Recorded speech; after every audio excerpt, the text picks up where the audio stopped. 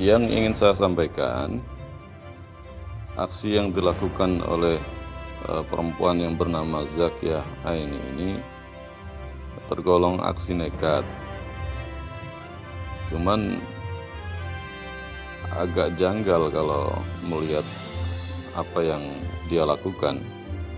Dia masuk di wilayah yang dia nggak paham betul, atau di medan yang dia nggak paham betul medan itu.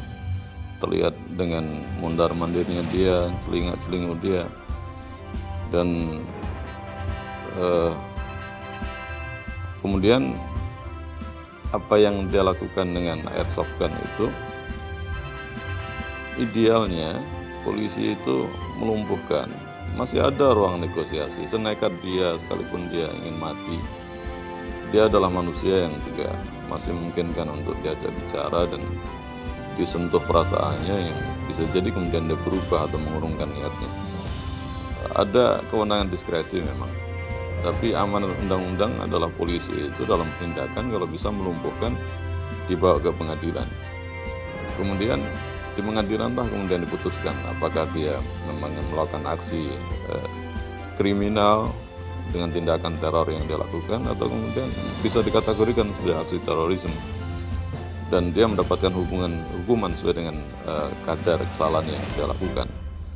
Tapi kalau udah meninggal begini kan jadi semua jadi serba gelap, tidak bisa terang benderang misteri yang melatar belakangi kenapa dia kemudian nekat masuk ke situ. Dan kemungkinan juga ini tidak sendiri gitu. Jadi mungkin ada yang mengantar dan sebagainya.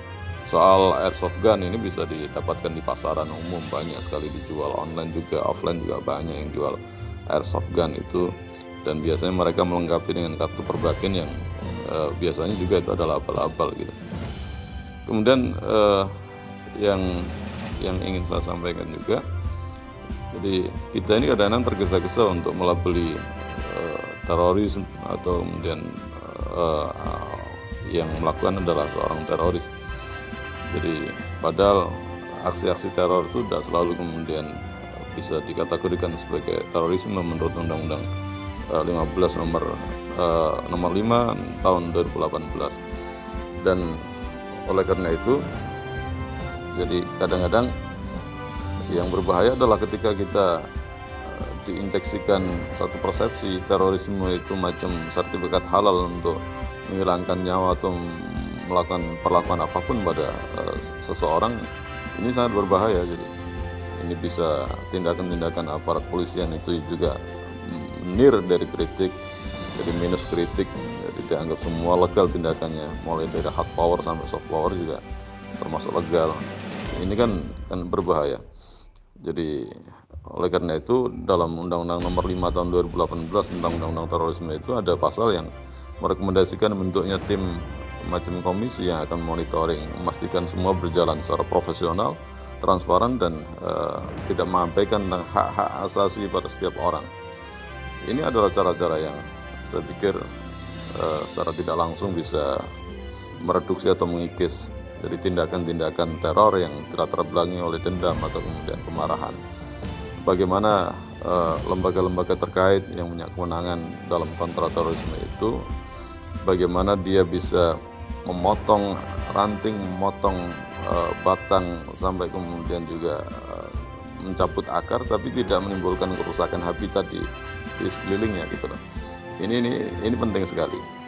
Jadi kadang-kadang kita melihat setelah ditangkapnya banyak orang, ada yang tewas dari waktu penangkapan, kemudian diiringi ada aksi berikutnya di tempat yang berbeda. Ini semua menjelaskan tentang siklus kekerasan yang terus menggeliat, spiral kekerasan yang terus menggeliat ini. Ada di antaranya adalah persoalan dendam, bukan semata-mata karena persepsi agama yang menyimpang, tidak. Atau kemudian lebih umum bahwa terorisme itu aksi yang dilakukan, aksi terorisme itu bukan dipicu oleh faktor tunggal, tapi ada kompleksitas faktor-faktor yang melatar belakangi ketemu di satu momentum tertentu. Jadi bukan semata-mata karena dia punya paham yang menyimpang, tidak. Jadi contoh bom Mall Alam Sutra yang dilakukan oleh seorang leopat itu Nasrani karena faktor ekonomi, dia melakukan pengeboman. Tapi lagi-lagi kita gini kadang-kadang ambivalen. tidak menerapkan label itu pada orang yang melakukan pengeboman di Mall Alam Sutra. Jadi saya pikir kita tidak perlu kemudian gegap gempita dengan aksi biasa amatiran itu, jadi seolah-olah menjadi hal yang sangat luar biasa. Ya tinggal prosedur standar. Jadi kalau pihak polisian atau kemudian kantor-kantor polisi itu perlu tingkatkan keamanan. Jadi karena memang ancaman bisa datang dari siapa saja.